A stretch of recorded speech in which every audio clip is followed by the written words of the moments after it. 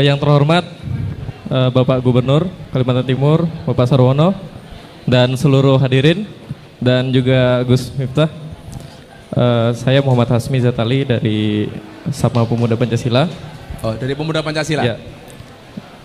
Dan saya dari UIN Samarinda. Dari? UIN. UIN, ya. Universitas Insya Allah Negeri ya? Ya, Insya Allah Negeri. Pertanyaan saya begini aja. Tapi Simple. keren loh, anak UIN pakai kalung, stylenya bagus nih, keren ini. Sepatunya ya. ATT, awet tekan tua. Di luar kampus. Pertanyaan saya mudah saja. Ini ada video viral, yaitu ada orang menendang si sajen. Apakah perbuatan tersebut perbuatan terpuji atau intoleran? Itu ya. aja dari saya. Video orang nendang sesajen. Ya. Saya juga posting, Mas. Yang komentar sudah hampir 6.000, yang nonton sudah 1,2 juta. Itu yang memviralkan saya itu. Mas siapa namanya? Hasmi. Mas? Hasmi. Hasmi. Mas Hasmi. 500.000. Waduh. Oke.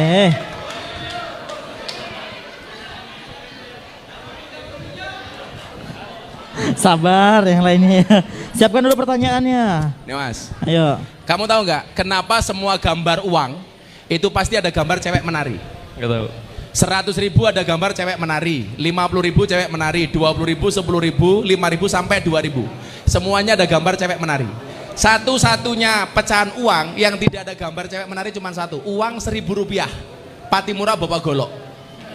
Kenapa semua pecahan mata uang ada gambar cewek menari? Karena hanya uanglah yang bisa membuat cewek bahagia dan happy. Lah. Maka kalian perlu ingat, cewek itu hatinya seperti rekening bank. Maksudnya apa? Nggak mungkin berbunga kalau nggak ada saldonya. Lah, cewek dilawan. Silakan, boleh kita Mas jawab Hasmi. dulu. Mbaknya boleh duduk loh, Mbak. Ya. Duduk dulu. Kamu jangan berdiri, mengganggu pandangan mata saya ya. Mas Hasmi, saya juga posting perilaku seseorang tidak dikenal membuang sesaji di Semeru, Lumajang. Itu kebetulan bupatinya kawan saya. Maka kemarin saya ke sana membawa bantuan 650 juta untuk pembangunan hunian sementara. Karena dibutuhkan, Pak. Jadi saya nyumbang 100 juta, kemudian saya pengajian 50 menit saya dapat donasi 550 juta. Jadi total saya membawa 650 juta. Karena sebulan kemarin tuh luar biasa bagi saya. Kenapa? Ketika mau muktamar NU di Lampung, saya lelang belangkon. Belangkon saya laku 900 juta. Maka besok saya akan mendapatkan rekor muri belangkon termahal di dunia. Saya jual laku 900 juta, kemudian uangnya saya sumbangkan ke Muktamar Nahdlatul Ulama. Maka izin Pak Gubernur, bulan ini saya mendapatkan 2 rekor muri. Rekor muri pertama, belangkon terjual 900 juta. Kemudian yang kedua, saya dinobatkan sebagai selebritis yang paling banyak gambarnya di bokong truk. Saya sudah dapat kiriman 150 truk yang bokong truknya ada gambar saya. Semuanya bagus-bagus, gambar Gus Miftah sama captionnya. Yang paling gak enak cuma satu, ada mobil, tangki, sedot, WC, gambarnya Gus Miftah. Captionnya gak asik, silitmu adalah rezekiku. Danco.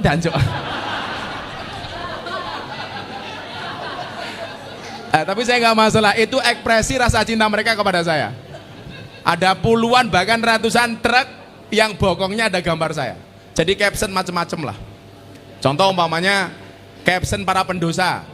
Saya waktu itu bikin quote, pada akhirnya surga itu akan ditempati oleh ahli maksiat yang mau bertobat, bukan orang yang sok suci namun pada akhirnya tersesat. Ketika corona datang, saya bikin quote, bukan ombaknya yang besar, tetapi perahunya yang terlalu kecil. Bukan musibahnya yang besar, tetapi iman kita yang terlalu lemah. Jadi saya sering menggunakan quote-quote itu untuk berdakwah. Kembali kepada masalah sesaji, Mas. Anda tahu, saya menggunakan belangkon itu sejak kapan? Sejak 2006, gara-gara Bantul gempa bumi, Mas. Kenapa saya menggunakan belangkon? Ini sarkas, sindiran. Bahwa agama dan budaya itu seharusnya nggak usah dibentur-benturkan. Maka kita harus memahami mana budaya, mana agama. Contoh, Mas Asmi, perintah nutup aurat itu agama apa budaya, Mas? Agama. Cara menutup aurat itu budaya apa agama? Budaya. Orang Arab, hei orang Arab, tutup auratmu. Bagaimana cara orang Arab menutup aurat? Menggunakan jubah. Pertanyaan saya, apakah orang Samarinda harus menggunakan jubah kayak orang Arab? Boleh pakai, boleh tidak. Tapi tolong sesuaikan dengan pekerjaan. Pekerjaannya cari naik pohon kelapa, kok pakai jubah, bahaya mas. Belulunya nambah loro. Gitu loh. Ya kan? Pekerjaannya narik becak, kok pakai jubah, bahaya. Narik rem bisa salah. Karena becak itu remnya di bawah sadel. Anda pakai jubah, malah nggak berhenti mas, gitu. Salah yang ditarik. Pekerjaannya nambang pasir di sungai, pakai jubah, little body, silite gatel kelebon wedi. Maka harus disesuaikan. Begitu masuk ke Indonesia, boleh pakai baju hem kayak Mas Sarwono. Boleh pakai celana jeans setan demit iblis, boleh. Boleh pakai sarung kayak Mas santri ini, PMI ini. Kamu PMI kan? Kelihatan, wajahnya kayak proposal.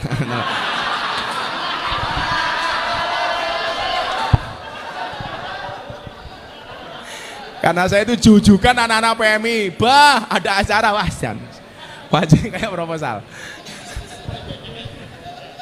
Tapi Anda jangan menghina orang yang menggunakan sarung. Jangan pernah lihat sarungnya, tapi lihatlah isinya. Dan iklan itu yang paling jujur cuman iklan sarung, yang lain semuanya bohong. Iklan, coba kopi kapal api, dibuka kopinya nggak ada kapalnya mas. Kopi tugu luwak, dibuka kopinya nggak ada luwaknya. Tapi beda dengan iklan sarung gajah duduk, dibuka sarungnya muncul belalainya. Di Magara nggak ada kopi ya? Nggak ada kopi ya? Oh. Masa saya keluar uang 5 juta nggak dikasih kopi? Kena lagi, Magara kasih. Aduh, siapkan. Kopi, Magara nggak mau sponsor kopi nih. Oh. Emang kalau di Samarinda apa-apa harus minta ya? Enggak sebenarnya Gus, udah disiapin. Nah Mas Hasmi, apa pendapat saya dengan orang yang nendang itu? Bagi saya yang perlu dirubah itu bukan budayanya mas, tapi otaknya. Wali Songo itu bisa diterima di Indonesia karena dakwanya menggunakan metode bisakofah. Sakofah itu artinya apa? Budaya. Maka saya di dalam berdakwah mempunyai prinsip membudayakan agama, bukan mengagamakan budaya. Songkok yang Anda pakai itu budaya Indonesia, maka namanya songkok nasional. Tadi siang yang hadir di acaranya Pak Gubernur Ramatama itu ada muda-mudi Katolik, pemuda Katolik, pakai jas kemudian pakai kopiah. Dia tanya sama saya, boleh nggak Gus? Boleh, karena itu bukan produk Islam. Nah, jangan sampai kita dibodohi dengan pikiran-pikiran seperti itu. Pertanyaannya adalah, orang yang nendang itu, dia tahu nggak siapa yang masang sajen? Di Semeru itu ada adat istiadat namanya kepercayaan kapitayan lokal mereka. Dan ini merupakan the local wisdom, kearifan lokal bagi mereka. Kalau memang ini dilakukan oleh orang Kejawen yang dia Islam abangan, bagaimana cara kita menasihati? Dialog dong, tidak harus kemudian ditendang seperti itu. Ini kan melukai mas. Kalau tak kemudian yang melakukan orang Islam dibilang musyrik, Anda tidak pernah bisa melihat dan tidak bisa masuk ke wilayah niat orang lain. Saya dulu Pak Gubernur ceramah di klub malam, dibilang Miftah itu tidak ikhlas. Anda ikhlas dan tidak ikhlas nggak ada yang tahu kecuali kita dengan Allah. Kita tidak bisa masuk ke wilayah niat orang lain. Yang namanya ikhlas itu seperti keset, apa itu diinjak-injak tetap welcome. Angel loh gitu. Ikhlas itu seperti keset, diinjak-injak tetap welcome. Ciri ikhlas itu apa? Diam. Karena kalau ngomong namanya iklan. Maka orang yang nendang ini bagi saya, ini orang yang gagal paham terhadap budaya. Mas, di Jogja itu banyak orang sholat, nyembah Allah, percaya dengan Rasulullah, baca Quran, tapi tetap pasang sesaji mas. Bukan kok kemudian dia percaya dengan uka-uka hanya untuk melestarikan budaya. Dari mana kita mengatakan musyrik? Gak bisa mas. Orang Jawa dulu bawa keris dibilang musyrik Karena bagi orang Jawa kalau nggak bawa keris katanya tidak nyaman. Sama dengan orang Kalimantan pakai mandau. Kalau nggak bawa keris mereka nggak nyaman. Sama dengan bapak-bapak hari ini keluar rumah nggak bawa HP tidak nyaman. Takut HP-nya dibuka sama istri. Berarti Anda bawa HP musyrik. Ayo. Karena Anda nyaman kalau bawa HP. Apakah pola pikirnya seperti itu? Kan tidak, Pak. OTT KPK sekarang kalah menakutkan daripada OTT HP di tangan istri, Pak. Saya kemarin guyon sama Mas Sandiaga Uno sama Mas Erick Thohir. Saya bilang, besok di akhirat kita bangga.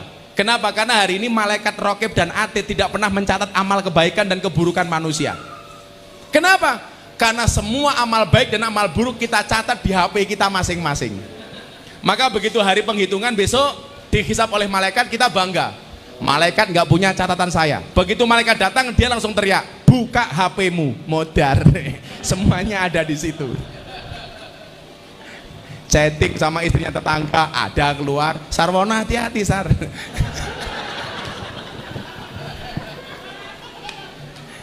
Saya tidak setuju, Mas. Bagi saya ini orang gagal paham. Maka catatan saya adalah yang perlu dirubah itu otak dan pemikirannya, bukan budayanya. Gitu Mas Hasmi ya. Kita rawat kearifan lokal. Kayak orang Dayak dengan kearifannya kita pertahankan. Jangan sampai kita pergi ke Jakarta kemudian Anda orang Dayak melupakan budayamu sebagai orang Dayak. Saya nggak setuju. Anda orang Jawa tetap mempertahankan dengan budaya Jawanya. Dan itu bukan berarti musyrik gitu loh. Orang pasang kembang bukan berarti musyrik. Kalau Anda mau pengajian sama saya, kenapa ada istilah kembang? Ada istilah menyan, ada istilah ingkung, ada istilah tumpeng dan lain sebagainya. Itu ada filosofinya, Mas. Nah, tapi itu kuliahnya 4 SKS berbayar ya. Kamu malah saya bayar.